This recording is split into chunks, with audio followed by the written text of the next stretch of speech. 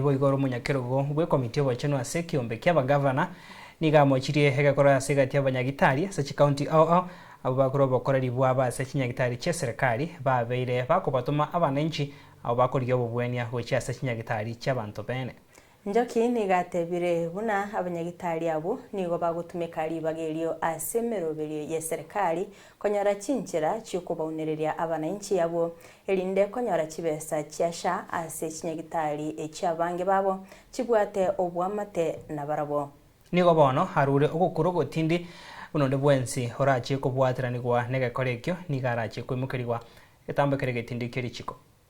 It has come to our notice that of late, in the last few months, our people in Tharaka-Nithi, I'm talking about patients, have been going through hardship that is instigated by our mismanagement of HR issues. That personnel who are supposed to take care of our patients, and I'm talking about personnel from all levels. Some of them, not all of them. We have some very good ones, and we have some who are participating in this very unprofessional, very uncouth behavior and treatment to our patients.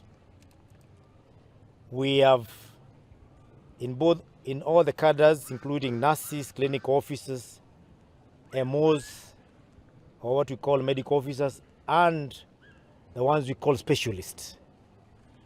Those who are using our hospital as a platform to poach patients to their private clinics. These patients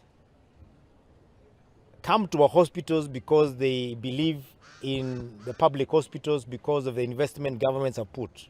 Patients are still leaving a hospital and going to clinics and outfits that are behind shops, especially in Chuka town and Marimanti and a few parts of Mara constituency. And we are saying this behavior must stop. We are putting measures in place, and I want a system put in place so that our people know where to complain. If a doctor refers you to their clinic and you go and find out that the same doctor was seeing you here, sent you there, within confidentiality, you need to report that doctor. Today, telling them, we are putting them on notice. You cannot use our hospitals as a platform for you to poach patients for your own economic selfish gains at the expense of our people.